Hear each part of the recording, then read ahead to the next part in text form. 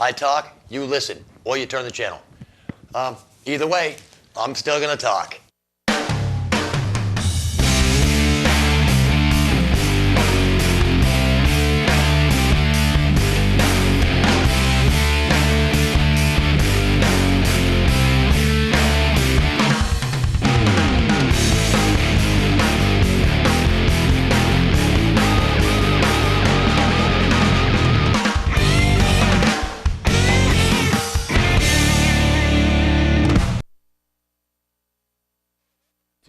Unfiltered. This is for Cheshire TV watchers. This is episode 83. For all of you in Manchester, New Hampshire, on the Manchester Community Access TV, this is your first episode. So, for all you people that have been watching for 83 episodes, this may be taking a step backwards, but I want to explain to the folks in Manchester why the show is called Unfiltered. Simply for the fact that anything is liable to come out of my mouth. I do watch the swearing, but I'm liable to spurt out opinions on just about anything because the little filter that we tend to develop as we grow older never really developed in me. So I say what I mean what I say. So, I've grown up in Keene, so I've got a pretty good hand on the way things were, the way things are, and maybe the way things are headed in Keene. The state, one of my favorite states in the country, is New Hampshire. All of it. I did some military service. My entire crew are veterans. We've all served. We don't discriminate as far as gender. We have a woman that runs audio and graphics for us, Andrea. You'll be meeting her a little bit later. We do a little segment called Crew Call where I spin the cameras around and show you our wonderful, beautiful studio and the volunteers that help produce this show. What else can you expect from this show? Laughs, a few laughs. I rely a lot on the book of useless information for stupid little facts that you'll think that you didn't need to know, but someday you'll go, oh yeah, I heard that on Unfiltered. So you'll also hear about friends that I have. I talk about my friends. I talk about my work. I talk about my director's work, our crew's work. Talk about what's going on in Keene, what's going on in the world. Give my opinions on everything, like I said. I do a little musical clip, local bands that we've filmed here at Cheshire TV. And once in a while, I'll actually put a little work into a show. Like one of the shows that are coming up within the next few weeks is as soon as I get scheduling issues worked out with some people that I want involved. It's an entire show based on Woodstock, the festival, the 1960s, because recently I took a trip out there, and this past weekend I had taken my second trip out there. Actually attended the museum, and it was fantastic. And when leaving the museum, I said, well, you know, I'm going to devote an entire show to Woodstock and that era, because that was a time in history that should be remembered, especially because it looks like we're almost starting to fall into those old ways again. But I was amazed. Just the memorabilia that they had in the museum, the films. It's a really interactive, hands-on kind of a thing. There's a lot of reading involved. They've got a lot of quotes on the walls, a lot of different things. I saw one letter from, I think it was some county sheriff's office to the county that Bethel is in, and they were saying, we're sorry to be a disappointment to you, but none of our officers are trained in riot procedures, so we don't think we can send anybody to help you with your security. And just all kinds of little things like that, little letters. They had one case that was filled with nothing but the little notes that people had written to each other and tacked to trees after they'd gotten separated. And there were all kinds of little notes. So-and-so, to so-and-so from so-and-so, meet me here at such and such a time, you know. All different little notes like that. One of them said to the girl with something, and it described some clothing, and I can't remember exactly what it said, but it alluded to this girl that he had spent some time with, and he said, sorry I wasn't together enough while we hung together to get your address. And he left his phone number on this note, and apparently it was tacked to one of the trees there, and a lot of people did that. I've actually found some people in Keene that were at Woodstock, and I'll have them on the show talking about the times and the adventure and what it was all like and what it all meant. There's tons of stuff on the internet. And the problem now is, whether it's the internet or whether you're talking to people face to face, you can't really be sure who was there, who wasn't there. So you have to basically know who you're talking to. And the two people I'm planning to have on the show, I know for a fact were there. And it should be real interesting. You'll be surprised to find out how Keene actually holds a little piece in the history of Woodstock. But I picked up some great bumper stickers while I was in Woodstock, which was a month ago. One of them little hippie joints. And one of the bumper stickers, this one, no, you can't have my rights, I'm still using them. That's right. Because I don't want to put them on my car, because then I'd lose them, you know. And this one says, welcome to Woodstock. Where was the concert? And I don't know if I mentioned this one last week, but I saw one just like this welcome to Woodstock one. It said, welcome to Woodstock, turn around, it's a trap. So, but that show it's going to be fantastic. I got a few little tidbits of information, little teasers for a little bit later. What else? I went back to Orange County Chopper. Was another fantastic few hours of filming, and realized that there was a lot that I'd missed the first time. Other bikes, and of course all the tunnels were gone this past weekend. But I did the entire trip in one day out, and of course I left right after the show last Thursday night, and spent all day Friday tooling around up there in upstate New York, and then drove home late Friday night. So, yeah, and I'm not sure where the next travel one will be, but that whole show, Travelin' Bones, with the series premiere of Orange County Choppers, I've got it well in the editing process. I've got it all cut down to what I've got for usable clips, and now it's just a matter of arranging them, getting some music and some voiceovers done. But I'm slowly learning, and it's fun, I guess. But my eyes go, I was here, I don't know, for like 3 hours this afternoon, and my eyes start going all weird when I think about that. I don't know, but what is it? Almost 10 after. Do you want to do crew call now, Bruce?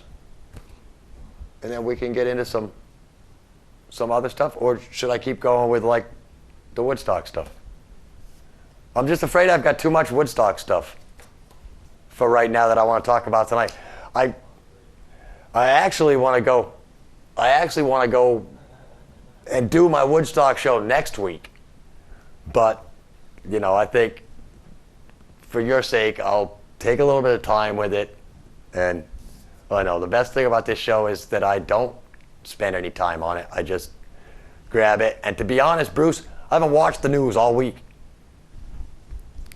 Glenn Beck hasn't been on. He's had some dude filling in for him who's I don't really care for. But I don't know. Glenn's on tour. And he's playing Springfield this year, Springfield, Mass. But I don't know. I can't see. I mean, I won't spend money to go to a rock concert, so I won't spend money to go see somebody stand on stage and talk. That's why I give tickets away to come see me. Because nobody wants to pay for this crap.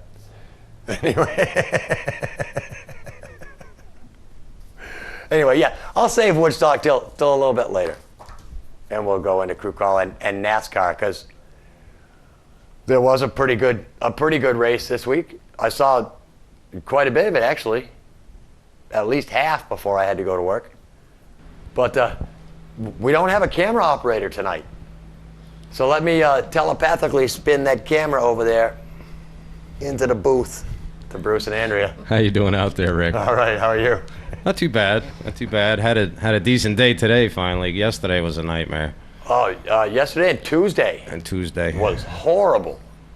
Yeah. Yeah. The machine fought us tooth and nail, and it wasn't fun. But we finally adjusted its attitude enough to where it played nice today. So we made lots of needles. And the weather actually was. I thought you were talking about the weather. Oh, the weather's been brutal. It's been hot, but the weather today was. I mean, it's almost the perfect day today. It was gorgeous. A little warm, but a nice breeze. And Andrea was complaining because we didn't have the air conditioner on in the studio today, because Lee's had all the windows open with the fan blowing some of that nice, dry, cool air in.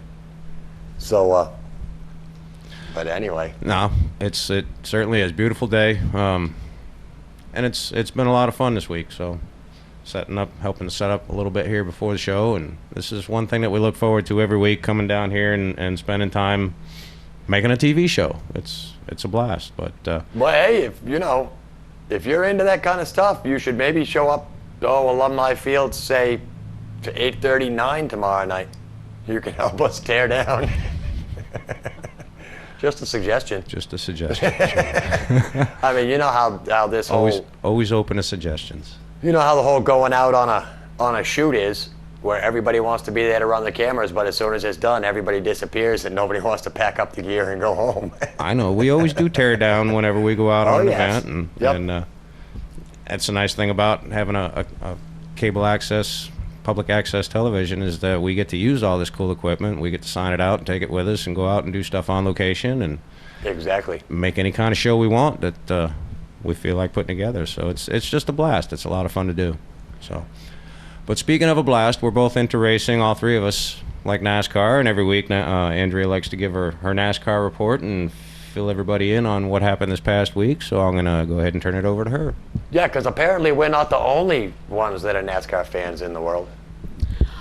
Nope, there's a whole lot of NASCAR fans in the world, and as you people in Manchester will soon find out, when Rick said that we do not discriminate with gender or what have you, I'm the NASCAR person. I am absolutely, totally obnoxious about it. Nobody moves in my house unless they do it in a hurry, because I get cranky.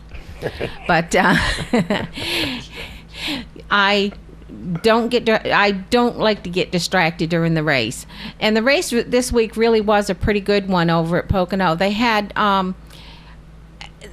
to use a lot of strategy with it, but the same thing happened that I've been noticing right along since they started the season with the new COT.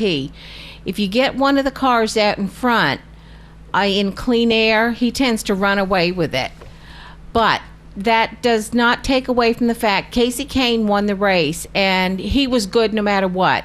He had a lug nut problem in the pit area and ended up having to start way back in the field and worked his way up through. So he actually won the race, and he won from the pole, which was a really good feat for him. And he's all of a sudden started to come on and get things together and do really well. The whole Gillette Evernham team as a unit has really been doing better. But anyways, I'll give you the first five for the race, and that was Casey Kane, Brian Vickers and Denny Hamlin, both of which were driving Toyotas. So Toyota's been doing really well. Dale Jr. and then Jeff Burton summed up your top 5. So that was really good. And actually, out of the 5, only 2 of them started in the top 10. The rest of them were further back in the field, so they were able to work their way up through. In fact, Jeff Burton finished 5th, and he actually started 20th. So that was a good finish for him. Our points leader tried to play Superman, that little skunk, Kyle Busch. And I'm sorry, he tried, but he failed. He tried to run the truck race down in, I believe it was Texas. He tried to run the nationwide race in Nashville, and then he came on to Pocono to run that, and he ended up finishing dead last in the Cup race, lost enough points so that he's only 21 points ahead of the second place person, Jeff Burton. And I'll give you the first 12 for that because those are the ones that really count towards the end of the season. Dale Jr. is in 3rd and Carl Edwards in 4th, and none of the 4 of them moved at all in position. Denny Hamlin actually came up to 5th place. He came up 4 spots. Jimmy Johnson is in 6th. Greg Biffle 7th. Jeff Gordon lost 2 positions. He's down in 8th. Casey Kane came up 3 spots up into 9th. Kevin Harvick is in 10th. Clint Boyer in 11th. And Tony Stewart bringing up the 12th. So it's a good field, and it's a lot of the drivers that we normally hear about. So honestly, I don't think any of us can really complain except for me, because my guy isn't in there yet.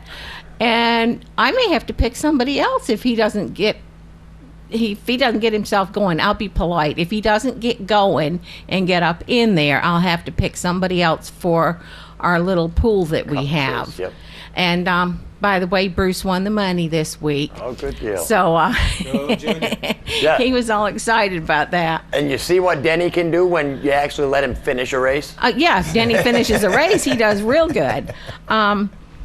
They had now I mentioned last week about the stiff penalties that went out on the Haas racing team, the number 60 and 66 and the 70, and what ended up they were trying to get those penalties removed, and NASCAR said no, they will stand. So they've got the crew chief and their car chief both have quite a bit of time off. They still haven't given the cars back. And they haven't given the cars back, to my knowledge. The NASCAR still is holding on to them. Now, the last big piece of news is that the Petty Enterprises partnered up with the Boston Ventures. It's a private equity firm. And they're hoping that this is going to, with the extra financing, it's going to really help them out a lot. And they've actually been talking about bringing on a 3rd team within the next couple of years down the road. But other than that, we're off to Michigan. Oh, yeah, that's right. Bruce said Bobby Labonte signed for, I think it's an extension of 4 more years with Petty. And so that's really good. He was waiting for this, from what I understand. And when this went through, he decided to sign. Cool. So that was good. And other than that, we're off to Michigan this week, and we should have a lot of fun. Excellent. And I'd like to tell everybody that for the big Woodstock special episode that we do, Andrea is going to be kind enough and give us a little report on NASCAR in the 60s. Some of the old names and things like that. Some old bits of information from NASCAR in the 60s that... And of course, the Petty name's been around since the late 50s, early 50s, ever since Daytona started running. Since NASCAR was founded, the Petty name has been right there with them. Right. And one thing that King Richard said was that this merger is not going to affect the Petty name. It's not going to change it. It's still going to be Petty. Yep. And all they're doing is putting in some money behind them. It's the same group that actually is behind Six Flags and some other huge ventures throughout the country. Stuff, so yeah. there's a lot of capital that's behind them, and it's just going to help the Petty organization get themselves back up to where they need to be competitive right now, and they just kind of fell behind. So hopefully this helps them out, because I'd love to see those guys do better. Well, I mean, yeah, and when you race, what is it? It's 26 races a year, right? 36. You race 36 races a year, and you need a $1 billion sponsor just to pay for your gas. You know? And if it ever comes down to gas rationing, I don't know what happened in the 70s when they were rationing gas. Did they cut back on NASCAR or anything? See, so, you know. I think at that point they changed the car styles to a smaller body style that helped efficiency in that way, but they were still running big block V8s or as much horsepower as they can get. So. Yeah. Yep. But I know there have been a lot of changes since the 60s, the Woodstock era. And, you know, back then when they climbed in the race car, they just jumped in and put their seatbelt on across their waist. That's if they actually had a seatbelt. Because my daddy used to race out at the dirt tracks up in the New England area. And he said one guy asked him to try a car out. And he got in there, and he actually said he wasn't going to try it out because all they had was a piece of rope for a seatbelt.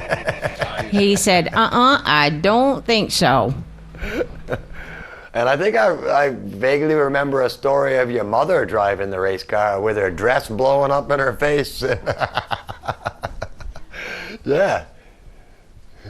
They actually used to call those the Powder Puff Derbies. Yep.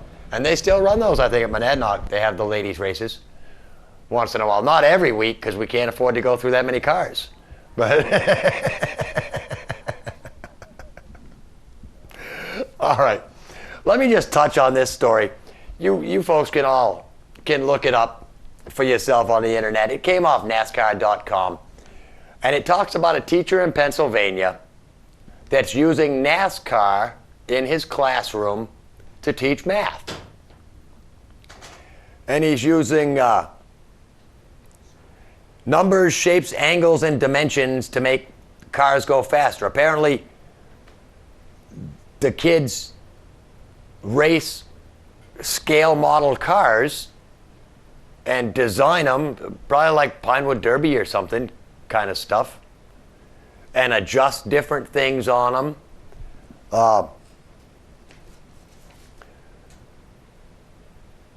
And see, it doesn't, all it says is just, it teaches geometry. I can't find it now.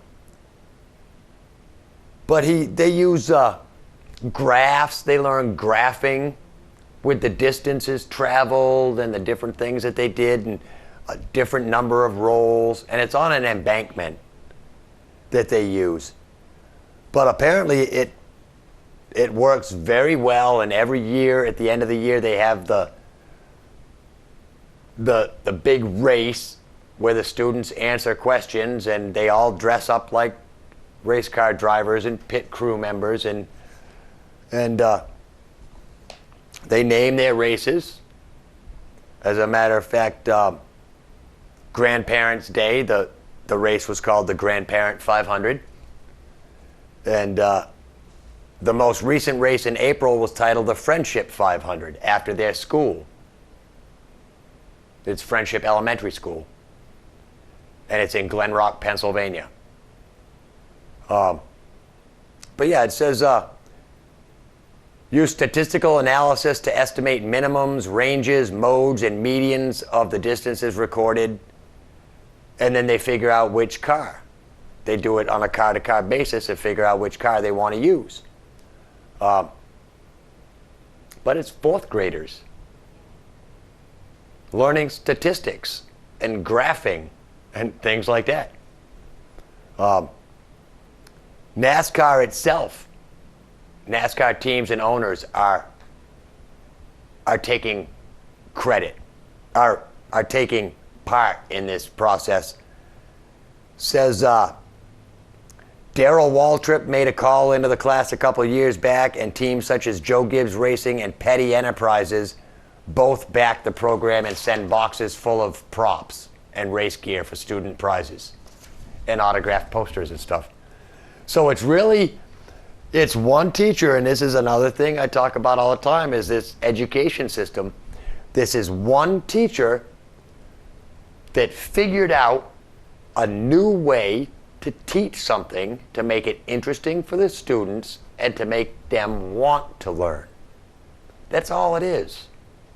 Nobody probably gave him any super huge bonus for doing this. He probably just got sick and tired of pulling out the book and every morning hearing the kids groan when they pull out their math book. So he said, well, let's make it interesting. And he devised this plan, and apparently it works. So that's really cool. Yes, Andrea?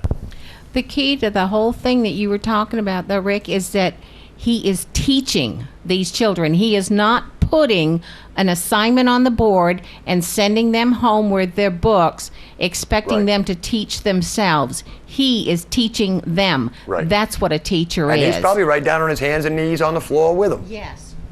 Any teacher that's enthusiastic about the subject they teach is going to be able to get the kids' attention.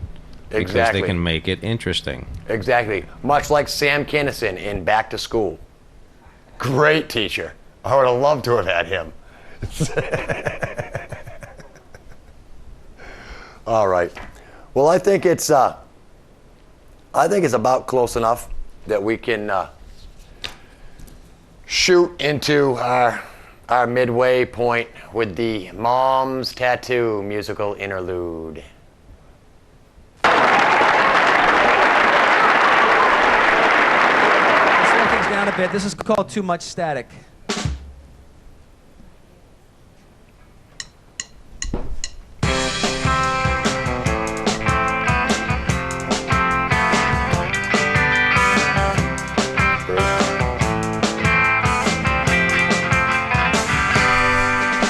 I search among the trees. The leaves are slowly falling gently in the breeze. But still my head is pounding. You can push right in on it. Disconnected me. Lost in a I'm gonna hold it maze of there, and I'll make it kind of like restlessness move back and forth. and desire. But that's about it. And then I'll sit it. I'm partial But he'll to move when he a talks, of world full of the things I want. I always get the girl, but in my mind I just can't find a quiet place to park my thoughts and rest my eyes for a while. Too much static makes me panic. Must start moving or I'll lose it. And when I lose it, it's bad. It only gets worse. Things start falling apart. And you don't wanna see that. No, you don't wanna see that. No, you don't wanna see that. No, you don't wanna see that. No, you don't wanna see that. No, you don't wanna see that.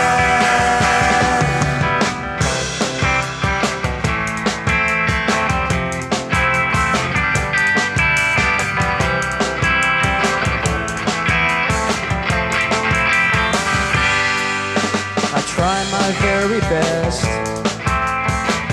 It's just not quite enough yet. Everything's a guess. So nothing is a safe bet. Which door should I choose?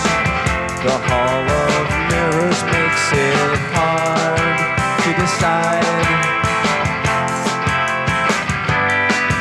There's too much static, makes me panic. Must start moving or I'll lose it. And when I lose it, it's bad. It only gets worse. Things start falling apart. You don't wanna see that. No, you don't wanna see that. No, you don't wanna see that. No, you don't wanna see that. No, you don't wanna see that. No, you don't wanna see that. No, you don't wanna see that. No, you don't wanna see that. No, you don't wanna see that. No, no, no, you don't wanna see that. No, you don't wanna see that.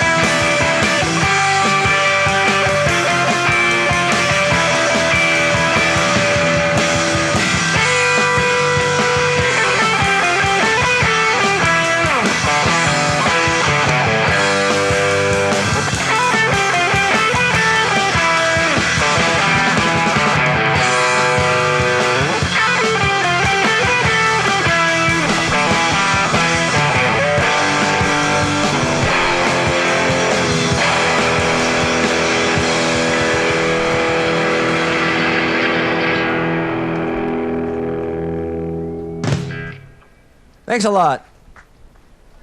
You're much too kind. All right. Once again, that haven't was practiced. the paperbacks. Sorry about the little audio slip there, but hey, we're amateurs and who cares? Speaking of amateurs, I've got to talk about last week's city council meeting, because I managed to see some of it, the funniest part of it anyway. And it seems last week was the first chance that our former mayor, Mr. Blastos, was in front of the city council as a citizen. And let me tell you, I think he did as much homework for that meeting as he used to do when he was mayor, because he was ripping on the budget unbelievably. The $51 million Keene city budget, and he was horrified. And I mean, of course, this is from the man that spent $4 million on an asphalt circle. Now, he spent a long time talking to the city council, and all I can say is that he could have shortened it right down if he would have just got up there and said, "How can you screw up a city in 6 months?" That was all he would have had to say. But no, he went into the whole, broke it down piece by piece in what we don't really need and what we shouldn't really spend. Now, I respect Mr. Blastos. On top of the fact that he was mayor for 8 years and an upstanding member of the community, fantastic restaurateur. He used to write a column in the Sentinel, and actually it was an advertisement, called Mike Blastos Says, and we used to read some of those old articles from the 70s. And I agreed with Mr. Blastos on the fact that the city manager had too much power. I even agreed with him on the fact that you shouldn't use pygmies in war when he was talking about Zaire and Angola. But Mr. Blastos, I've got to disagree with you when it comes down to the issue of the firefighters. If Keene needs 4 more firefighters, you better hire 6. Firefighters and police officers are 2 of the most vital jobs in the city. Plain and simple. It's not going to matter if you've got fantastic roads and a beautiful roundabout if all the houses have burned to the ground. Nobody's going to come to town if there's nothing but ashes. Hire the firefighters we need. Hire more than what we need. You know, spend the money on something worthwhile. Because I've heard all last year, and we even aired a program here on Cheshire TV called the Capital Improvements Tour, where they were talking about this summer, the major project was going to be Court Street. I haven't seen a lick of construction going on Court Street since the weather broke. Nothing. So where's all that money that supposedly you had set aside for Court Street? Did you spend it somewhere else? Or what? Firefighters? Hire the firefighters. I was able to, what I believe, do the Keene Fire Department a great honor this past weekend when I made my trip out to New York. And I put together a disc for the firefighters and took it down to them. And I'm going to show a clip. And to help me introduce the clip of the firefighters, I've got a special guest.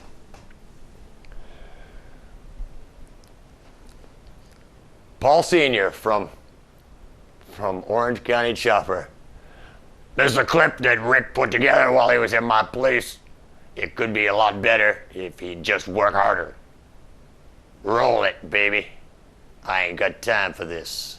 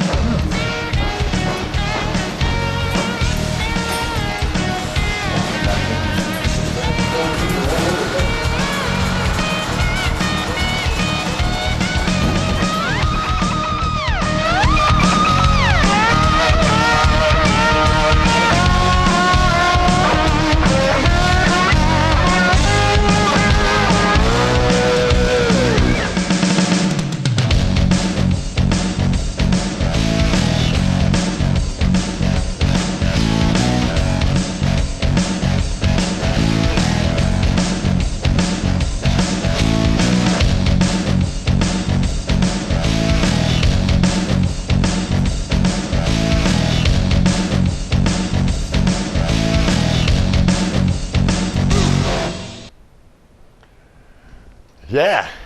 Well, thanks, Paul, but you gotta fly. Yeah. One of the souvenirs I picked up at Orange County. And out of all the stuffed replicas they had, he looked most like the real character. So, but that's just a little teaser of the upcoming Traveling Bones series premiere that you'll see right here on Cheshire TV. Now I've got a little bit of time. Let me get back to Woodstock, because I'm so excited to do this Woodstock show. And it's, when I went through the museum, I realized it was one of those things where you go there and you walk out immediately wanting to know more. And I've basically, this past week, I've taken over like being an investigative journalist. You know, I'm looking for everything I can find about Woodstock, newspaper articles, you know, stories, personal stories, because I think I rushed a little too fast through the museum. I did. I didn't stop at every little thing because I was in a rush, you know. I had a long drive home. So maybe in the future, if anybody's interested, get in touch with any of us that are associated with the show, and I would like to put together a group trip out to the Woodstock Museum. Actually, you know, Bruce, I entertained a harebrained idea as usual, that we should take the TV in a box set and go out and film a show at the site with all of us. I think that would be really cool. But there's just a few things that we'll be covering during the Woodstock show. For example, a lot of the things that happened in the 60s. Actually, just this week, June 11th, 1964, the Civil Rights Act was passed by Congress in 1964. Yeah, we can run the email if you want. If it'll work. I don't know if it'll work. All right. Hey, all right. Yeah, you can contact us at headforlaughs@hotmail.com. And like I said, if anybody's interested in taking a pilgrimage out to Woodstock for a long day trip, I'd be willing to rent a big van and take a group of people for, you know, a minimal cost to cover the tickets and the gas and stuff, and we'll make a great day out of it. All right, so 1964, this week in 1964, the Civil Rights Act was passed by Congress. It was a huge step. In June of 1966, the National Organization of Women was founded to lobby for women's rights. So before the mid-60s, basically women had no rights other than to be barefoot and pregnant and in the house cooking stuff. But, yeah, baking and cooking, and that was when men had a reason to be fat. You know, because the wives were home and they had nothing to do but cook cakes and cookies, and, you know, and none of that stuff back then was bad for you. It wasn't until like the 80s, you know, that sugar became a problem and salt became a problem and chocolate chips became a problem and frosting became a problem and all these other things, and all of a sudden, whoa, don't eat that. It's not good for you. Who cares? Somebody was telling me something about they were going to quit smoking or do something so that they could get healthy. And I said, why? You want to be the healthiest one in the cemetery? All you got to do is just die healthy, but you're still going to die. Some other stuff that back in the 60s. In March of 1966, the Ballad of the Green Berets by, I believe it was Spec Sergeant Barry Sadler, what became the best-selling single in America. Now, I know, for all you young viewers, I'll explain what a single is.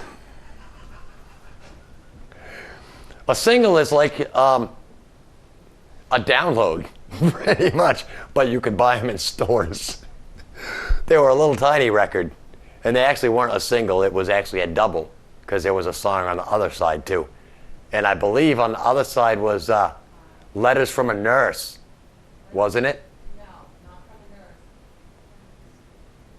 Or something. Letter from Vietnam, or... But that was on the flip side of the Ballad of the Green Berets. So that's what was popular. And I mean, the mid-'60s was a horrible time because we had the war going. And, you know, I've made the remark that it's kind of the same thing, but it's not really, because the Vietnam War wasn't a voluntary war like this war is. All kinds of people are going, what the hell are you saying? Vietnam, we had a draft. 1964 to 1973, almost 2 million men, boys, were drafted and sent to Vietnam. Nearly 2 million. And there was no getting out of it. You either went to school, which a lot of people did, or you went to Canada, which a lot of people did, or you went into the war. And you either died in the war, or you made it through the war and came back home maimed or disfigured, or you came home to a country that basically treated you like crap, called you a baby killer and spit on you and made you feel ashamed of the uniform. I don't think there was a single person that went over there that didn't come back affected in some way. Oh, no, definitely, yes. Affected in one way or another.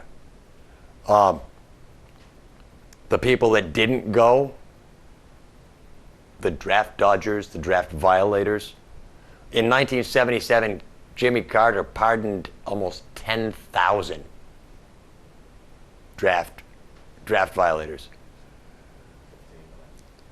The thing is where I made the comparison about the wars, and I said that war was not a voluntary war, but this war is. It's not voluntary in the fact that we just volunteered to go to war. Our military is all volunteers. We would no longer have a war if all the volunteers just said, "Stop, done. I don't volunteer anymore." And you can do that. If you're a volunteer, that means volunteer. They make you sign a contract so that you think you're stuck. But you see it all over the place. So-and-so resigns his commission from the service. So-and-so resigns. I mean, you can resign from any post. And I don't see how the government can hold you responsible for just up and quitting. It is dereliction of duty. But if you quit, you're no longer employed by them. They will damn sure fire you anytime they feel like getting rid of you. But if they're not holding up their end of the bargain, I mean, just like I tell my bosses down at the pizza place, you know, look, I've fired a lot of companies in my life. You know, just got to a point in my working time with a certain business where I said, look, you guys just aren't measuring up. I've got to let you go. You know, see ya. That's what you do. It's the best way to look at it. They go, you know, don't feel threatened because a company can fire you. They should feel threatened because you can fire them just as easy. Now, granted, companies aren't as easy to come by as employees are at this time. But, you know, that's why if you work for a company, you work hard. And you make yourself deserve to be there. I want to do this. This was by far the most touching thing that I read. And unfortunately, this may have been why I kind of rushed towards the end of the museum.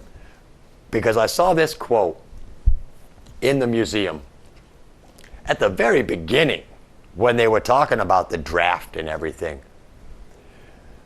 And this is the quote. "Why should they ask me to put on a uniform and go 10,000 miles from home and drop bombs and bullets on brown people in Vietnam while so-called Negro people in Louisiana are treated like dogs and denied simple human rights?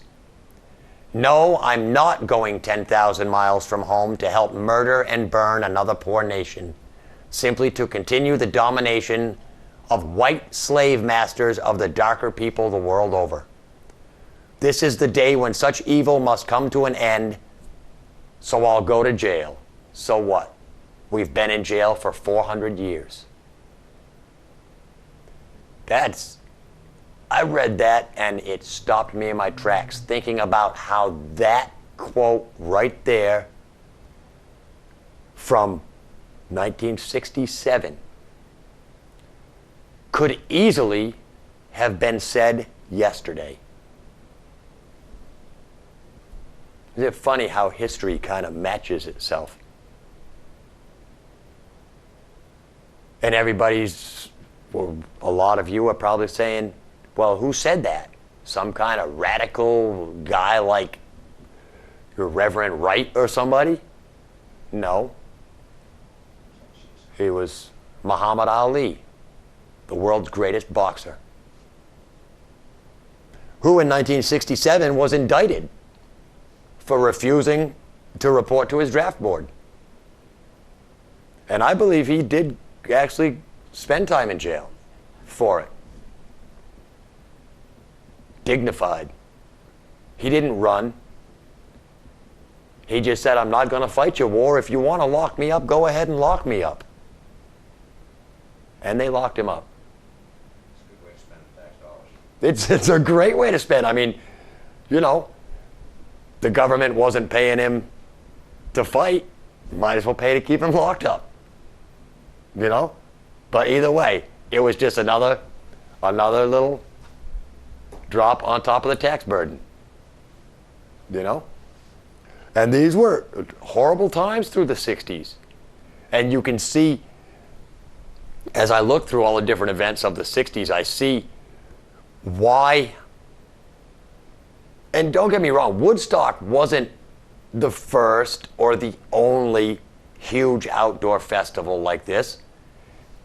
It was just the one that happened to cause the most havoc, I guess, as far as if, I can't remember who it was telling me, but after Woodstock happened, maybe in 1970 or something, there was another concert up in somewhere up there, Watkins Glen. Close to the same number of people attended. Huge weekend event. But it didn't draw any attention at all because the throughways weren't closed. That's what Woodstock, the major thing at Woodstock is they were only expecting a certain group, a certain amount of people, and what they got doubled or tripled their expectations. And when the town of Bethel became jam-packed with cars that nobody could move, and it backed up all the way down to the thruway. And I mean, these are dedicated cats that went to this concert because these are people that hiked in 15 miles from where they had to leave their car because they couldn't get any closer. Other little tidbits of information you'll find out in the Woodstock episode. The fact that the Grateful Dead played in the rain. And several members of the band received shocks during the performance. Phil Lesh, the bass player for the Grateful Dead. When I read this, it brought to mind the movie Spinal Tap. And now I know where the makers of the movie Spinal Tap got the bit. Was because during Woodstock, Phil Lesh, the bass player for the Grateful Dead, actually picked up a helicopter radio transmission through his bass while he was playing. Kind of weird. Another little tidbit of information, Neil Young played at Woodstock with Crosby, Stills, and Nash, but did not appear in any of the film footage that was released because he felt that the film crews were distracting to the band members and to the audience and to the music and the whole feeling. Now, that kind of fits because one of the pieces of information I was reading on the web was from a woman who's got a site with all kinds of information and stuff about Woodstock and her journey to Woodstock. And she mentions the fact that she didn't take many pictures because the people that brought their cameras and took the 1 or 2 snapshots didn't take a lot of pictures because it was kind of the whole Big Brother is watching kind of thing. And it wasn't about, pictures were evidence. So you don't want to take a lot of pictures, and that was the whole establishment, and just the capturing of all these moments on film people thought wasn't conducive to the goals that they were trying to reach, which was simply not sex, drugs, and rock and roll, because a large number of the bands weren't even rock bands. They were folk bands, and they were singing hippie music and protest songs, and Country Joe and the Fish singing 1, 2, 3, what are we fighting for? Thanks, Bruce. Yeah, this is kind of weird without somebody right out here in the studio, isn't it? Oh, thank you. I believe they expected less than 50,000. And yeah, because it was originally billed as an art fair with music. An art festival. Hippie kind of granola kind of stuff going on. And yeah, they got 500,000 people. And man, see, I can't wait to do this whole show. The fact that out of 500,000 people, only 200 people were arrested on site for drug violations, which you can take in 2 different ways. You can take it that, not many people were doing drugs, or that the cops just weren't arresting a lot of people. And I don't know what the drug offense is, whether it was all heroin users they were arresting, but back then, heroin wasn't big. There was no ecstasy, there was no crack, there was cocaine, but not a lot of people were doing it because nobody could afford it. Hippies couldn't afford cocaine. Hippies had to smoke grass, and it was the psychedelics that a lot of people were doing to expand the mind. It was never just doing drugs for doing drugs. It was always a mind expansion thing, and it was to a means to an end. You'd drop a hit of acid and you'd lay back, and then as soon as you came down, if you were able, you would write down all the weird things that you went through. And a lot of great stories got written that way. A lot of great movies probably got made that way. But anyway, they wouldn't let me take a camera into the museum, but the Center for Bethel Woods sent me a huge marketing packet with all kinds of information. They sent me a tape of some B-roll footage that I will be editing down and showing some clips of inside. I believe it's footage from inside the museum. But the director of operations, and I've got his name here somewhere. I wrote it down and then it was in this one. Wade Lawrence was the man that I talked to when I got permission to film the shots that I did film on the inside, which is the bistro room. And it was a beautiful room. But he was telling me what a great job it is, what a great job he has as director of this museum, and the fact that the center has been open for a number of years now, and this museum is just a recent addition. And the museum would not be open if it wasn't for a lot of lobbying by, dare I say, Hillary Clinton. Yeah, she pushed real hard to get this museum established and set up. And the museum itself sits on the site of, if there are any old Woodstock people out there, the museum is where the Food for Love tents were, up at the top of the hill. And I'll get into it. And the gift shop, it was, you know, I found a lot of cheap gifts at Orange County Chopper, but the best gifts I found were just some personalized little computer stuff that you can get made, all little old style posters. But I wanted it personal guest stuff. All right, less than 1 minute. I want to thank Bruce and Andrea, thank Cheshire TV and Manchester Community Access. Coming up next on No Spin, Randy and Chris are out at Alumni Field. And they're doing their show out there, taping it Friday afternoon. And coming up next is Randy and Chris are going to sit down with the principal of Keene High School and talk about things high school related. And also Kevin Watterson from the Keene Swamp Bats will be joining them. And they'll be right at Alumni Field. We're going to shoot you right out there right now till next week. Peace.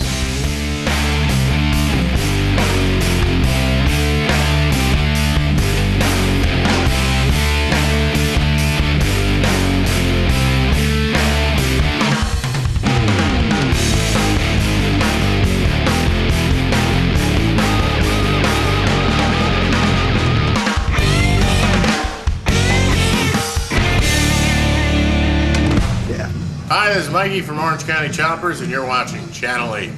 There you go. Thanks, man.